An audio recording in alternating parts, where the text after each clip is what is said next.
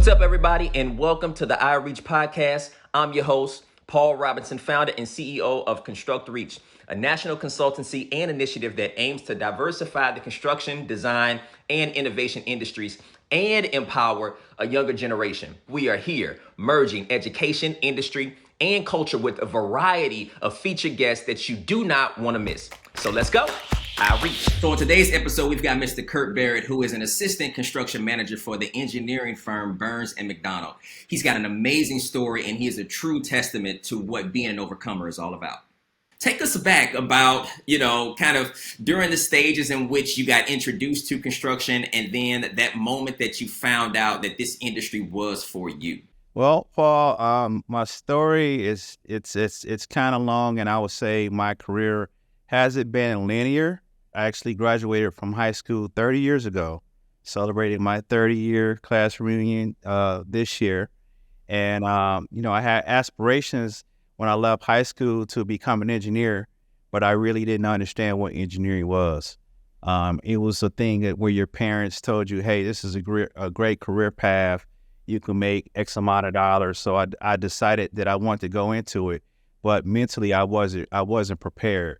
So I kind of describe myself as a resilient individual because I've had to endure many challenges and failures. Leaving high school, I wasn't successful when I initially went to college, and I took an opportunity to work in a factory. I'm from the Detroit area, the Motor City. My dad worked for General Motors, and I was able to get my foot in the door there before a company called American Axle bought them out. So I actually got my foot in the door in American Axle, and I didn't realize how lucrative it was to work in a factory. At the time, I thought it was easy work, and I felt like, well, why go into engineering when I could, make the same amount of money or more money in the factory? So one advice I would have for young people is not to just focus on the money, because what I learned is over time you will get tired of doing the same thing over and over again if you're not growing. And I needed to grow. So fast forward to I did 14 years in manufacturing American Axle, and our jobs were outsourced due to foreign competition, and the labor costs in Detroit was way too high. And the company negotiated with the United Auto Workers to try to cut the wages, and they could not come to an agreement. So they ended up closing the plant. And here it is, I'm in my 30s with 14 years experience, thinking I'm going to get 30 years in like many of the old timers, and it didn't work out for me that way. So I end up pivoting, going back to school and kind of reinventing myself. Folks were kind of mad about it, but I look at it like a blessing in disguise because it kind of put me on the path to where I am right now. Wow. Yeah, no, that is good, man. Thanks for sharing that. Yep. And that's a unique path to get into this industry. Especially when you talk about the trajectory coming out of high school and then going into manufacturing, which is another industry that is in huge need of just an insurge and an influx of younger talent.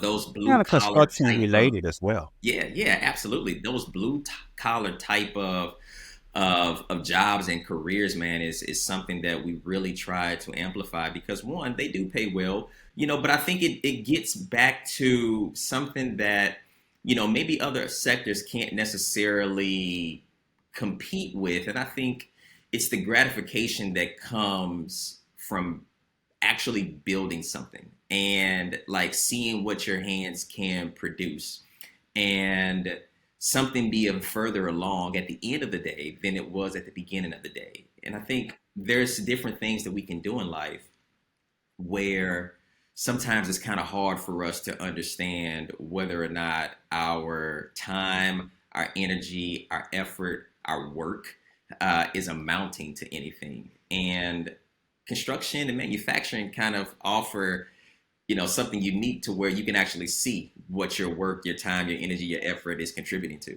I agree. I don't know if you're familiar with Tonka truck. Where I was a Tonka truck kid, You know, you had the bulldozers, the dump trucks, and you had all driving it. So I always like to see things get built, but I really didn't know if that was a career for me in my younger years. But it stayed with me, and I like to see things being built, whether it's manufacturing and infrastructure. Yeah. So, Kurt, what made you think when you were younger that even though you were interested in it, it wasn't for you? Uh, well, at the time, you know, my degree is in construction management, and at the time, I wasn't even aware of a construction management degree. You know, to get into the field, you normally think of some kind of trades union or some kind of skill, and it's even hard to get into any kind of trade schools. In manufacturing, they did offer apprenticeship programs, but they were really hard to get into, where you could become some kind of journeyman and use that skill set to even get into the construction field. Well, I think construction it's a growing industry. It's been around forever, but it's definitely a growing industry. I mean, even the construction management majors are growing. Many of your universities are growing these programs because companies are in demand of construction professionals. Yeah, yeah, that's true. That's true. So, I know you're an assistant kind of project manager now. For an engineering firm. Talk to me a little bit about kind of once you identified like what your sweet spot was going to be, and this was the route that you wanted to take. Talk to us about how you got to your current position, and then what those roles and responsibilities actually entail. Prior to coming to Burns and McDonnell Engineering, I worked at a company called Marathon Pipeline. I was involved in the oil and gas industry. I worked as a pipeline operator, somewhat of a semi-skilled position. And in that role, we were responsible for the storage and transportation of crude oil via pipeline to refineries. But we also had contractors. There were skilled workers. They would need to fab pipe, or maybe cut pipe and install more pipe. So working in pipeline, I was able to kind of oversee construction skilled workers, as well as learn about the oil and gas industry. So what happened where I left is I had to make a tough choice where I felt like I could not continue to grow. I was kind of stuck in a pipeline operator position. But at the same time, I continued my education, and I completed my construction management degree at Wayne State University. And I made a bold move to actually step away. This was around the time of the pandemic, back in 2020. It was really, really tough. I had pretty much worked full time, and I went to school full time, and I was almost kind of burnt out. So I kind of bet on myself to walk away from a lucrative job in the industry, and I felt like I could land another position. So from that pipeline job, I did take a temporary assignment at the Marathon headquarters in Findlay, Ohio, working as a project control specialist. So it's somewhat of a construction professional, but it's more dealing with the schedules and the budgets of construction projects. So I was able to take my field experience and learn the scheduling and budgeting part of construction management, and I was able to put that on my resume along with gaining a construction management degree, and that's what got me the opportunity at Burns and McDonnell. As a matter of fact, the hiring manager actually had left Marathon too, so that I'm sure that helped as well. Yeah. Coming from the same company, we didn't know each other while we were there, but I'm sure that helped having that on my resume. Yeah, yeah. Cool, cool. So listen, man, I know you're from Detroit, Yeah. such a historic city. Like, talk to us about Detroit for some of our listeners that may not know too much about Detroit, its prominence, but then also kind of what's going on right now within the city. Oh, it's exciting. Well, we have all the sports teams now in downtown Detroit. The Tigers, the Lions, the The Wings Lions actually are decent good now. this year. Yeah. That's exciting. You know, opening with it, we're getting mainstream hype, and the very first game of the NFL season, you have the Detroit Lions on prime time playing against the Super Bowl champions, and then go down to Kansas City and win that game. So this is a sports town. I mean, you have diehard blue collar people here that love sports. Uh, I can remember when the Detroit Lions went 0-16, and they still sold out every game. So that tells you a lot. Right now, there's a renaissance. If you go downtown Detroit, if you've never been to Detroit, go downtown. You see cranes everywhere, major construction. You see you have engineering firms leaving suburban offices. They want to get space downtown. The old Tiger Stadium tore it down. Now you have $1 million condos that they just built, and you can't even get a space there. It's just really exciting. You have pedal bars down there. It's like a huge playground. The sports, new restaurants popping up. You have the casinos. It's really exciting time in downtown Detroit. By the time you find out about it, it's really too late because everything's got to be so expensive. No, it's good, man, to see the resurgence of a city that has so much historical significance. For us as a country, being the former number one city in the entire U.S. And of course, just a lot of the things that we've heard over the years, and then to see kind of the resurgence of that city, man, is definitely good. All of the redevelopment that's taking place is a positive thing as well. And so, no, I'm glad that you got a chance to share that.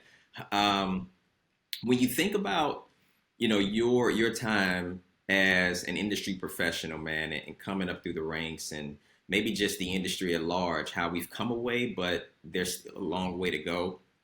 Talk to us a little bit about what's been your proudest moment, but then also what's been your biggest challenge. Proudest moment is not giving up on education.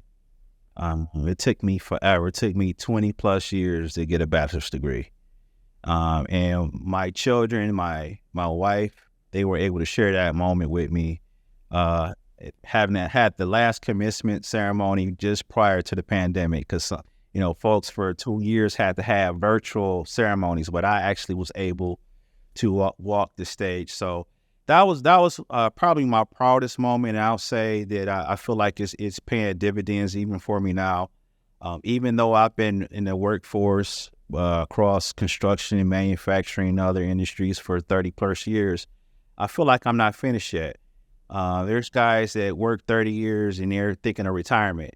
But for me, retirement is just pivoting and doing something else that I enjoy doing, so that's for me. So as far as for young people, the advice I would have is to be intentional and try to figure out what your passion is, and whether it be I don't know, sports, entertainment, construction, whatever it is, just follow your passion and stick with it.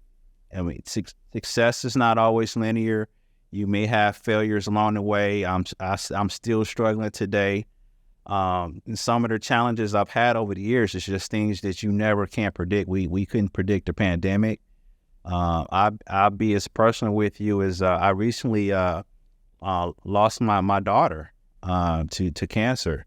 And that's something I never imagined. My daughter was 18 years old. She just graduated high school, and that's just nothing you can't picture it. You just never know what life is going to throw at you, but you got to continue to strive and have the will to be successful and happy. Yeah, no, thanks for sharing that, man. I mean, that's definitely something that that gets to, that's life, man. And things that sometimes we have to carry, and things that we have to persevere through. When it happens, it does rock your world, it shakes your world. being a father, yeah, that's something that you don't want to have to think about. You don't want to ever have to face. And so, yeah, I mean, just continuing to pray for you, and your family, because I know that's a lifelong kind of healing process, man, to get to a point to where you move from the sorrow to the celebration. Yeah. You know, And you still have a job to do. yeah, you still have a job Eventually to do. Yeah, you man, have a yeah, job to do, or you may be in school. I yeah, think it's important to have a good circle of people around you. Pick your circle very carefully. yep. Have good advocates for you. That's all going to help in the long run to your success in life, personally and career wise. Yeah, yeah. Yeah, man, who you keep close, it definitely matters. That friend group is really important. But you said something, man. I that's a huge testament to not give up on education, to see the value in it enough to withstand everything that you had to deal with, to keep your eye on graduating and obtaining a degree. That's a lot, man. It can be overwhelming for somebody to pursue a degree in 4 years, or 5 years. But to go through that process for 20, and to still think that it's worth it during that time. I definitely want to commend that, man. And it should be, a source of inspiration for anybody else that's listening. And you said something that's very key, and I think it's very profound, man. And it's so true. Success is not linear. Like, there's a lot of different things that happen, and I think it's all about your perspective when it comes to lessons. And that sometimes we can take lessons as losses and think that, well, there's no rebound and there's no coming back from it. But if you take the perceived loss as an opportunity to learn how to go forward better, I think you end up really getting to a place in life, man, that you wouldn't have gotten to if you didn't take those perceived losses as lessons to Yeah, get better. and make you stronger. Yeah, This is how you build strength. You yeah, have to go through a little bit of trials and tribulations to get stronger. We don't like to go through them, but in the end, if you can learn from them, then they'll make you a stronger person. yeah. That's why, even not getting to that degree of loss, but even within our industry that needs more diversification, that's an emotional toll that it takes on us. Just to try to perform, try to be our best, but also having to overcome stigmas, having to overcome these false narratives, having to overcome stereotypes that may not even have anything to do with who we are as a person individually. you know, to have to go over and beyond all the time, right? And then anything, if we are human, right, and have some type of mistake, then now that's some sort of backlash on everybody that we represent. It's just a ton of emotional toll that we have to take on at times, man, that if you don't have the relationship and you don't get a chance to hear us open up and talk about what we have to carry, while we're striving to be successful and while we're striving to make, a home for our family, or striving to make an impact in our community, you can miss like how heavy it is sometimes, if you don't have the relationships with people that are outside of, right, somebody that shares the same background or ethnicity as you. And so, and that's why we do this, is to bring more visibility, man, and representation matters. My hope, my goal, man, my prayer is that somebody sees this, somebody hears your story, and they see themselves represented in you, and they think that it's possible now for them. Confidence is key. You have to remain confident. You have to be confident in your abilities. There's a certain bias in the industry when it comes to minorities and women, and just don't be self-conscious. Just know that everyone makes mistakes, and you bring something to the table that someone else doesn't. I mean, You don't have to be the smartest person in the room, but just bring value and know you bring value, and you'll be just fine. And that's what I've learned, because in the construction energy industry, there's not a ton of minorities or women in construction or engineering for whatever reason.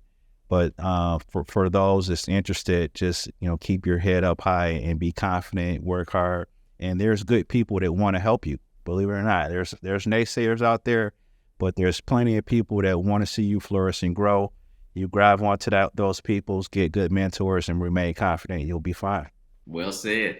Yeah, I'm gonna pause here, man, and insert a question from our ConstructReach community. So we call it our CRC. It's an app that we have where we really try to build community, man. And so every once in a while, we have questions in there for the community to answer. But I like to take those questions, kind of extract those out of the community, and bring those into the podcast from time You to about time. to put me on my heels. Yeah. Okay. Yeah. All So, right. question for you is, what is one telltale sign for you that shows that you are growing personally or professionally? Personally or professionally?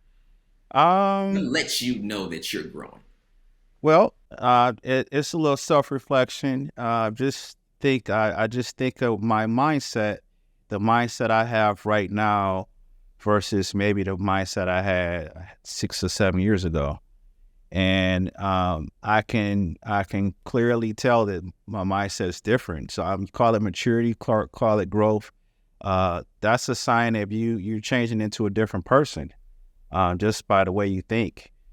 Things like knowing what you want. I didn't always know what I wanted. I knew the things I liked. I knew as a Tonka truck kid, I like construction, but I couldn't quite pinpoint like, hey, maybe I should be a construction professional. But now I can say, yeah, that's the way to go. I always liked it. I should have known that a long time ago. All right. So you just have to ask yourself the hard questions. Is there anything I would do now differently than what I did 6 or 7 years ago? And if it's a better answer, that's a sign that you've grown. There's something that happened in your life that you had that aha moment, like, I finally got it. Yeah. And I'm going to have another aha moment maybe 5 years from now. That's something I'm learning right now that I don't know 5 years from now. So, yeah. Oh man, no, that is good. That's good. No, thank you, Curt, for sharing that. Definitely some good wise nuggets that you've dropped on us today, man. Yeah, so super dope, man. Just for all of the reflection, talking through your journey, just the perseverance. I think you are, man. You're a testament to what perseverance can bring, and having that confidence in yourself, but also the importance of having that support system around you. And when you do have that support system around you, they can propel you, man, and lift you and support you to heights that you probably couldn't have gotten to by yourself. I always say, you can let me know your thoughts, but anywhere worth going in life, right? Anything worth achieving in life, you can't get there alone. Right. It takes. You have to give back, Paul. Yeah. I'm big on charity, and when I get more time, I would like to be a mentor for some of our youth, because they need Yeah. that. Yeah. So once you get to a certain point, if you learn things, share the knowledge, and I can even grow from sharing knowledge. Yep. Yeah. That's true. Yeah. So that's definitely important to give back. Yes. You can grow from sharing knowledge. You Yes. sure can. Hmm. You sure can. Good. Well, Yeah. no, thank you, Curt, man. Appreciate the time. Be well, All brother. right. Our time's up. Man, that time went fast. I guess time flies when you're having fun, huh? Yeah, it was a Yeah, good it's about to conversation, keep man. I happening. could have chopped it up with you for a long time. Yeah. Yeah. Yeah.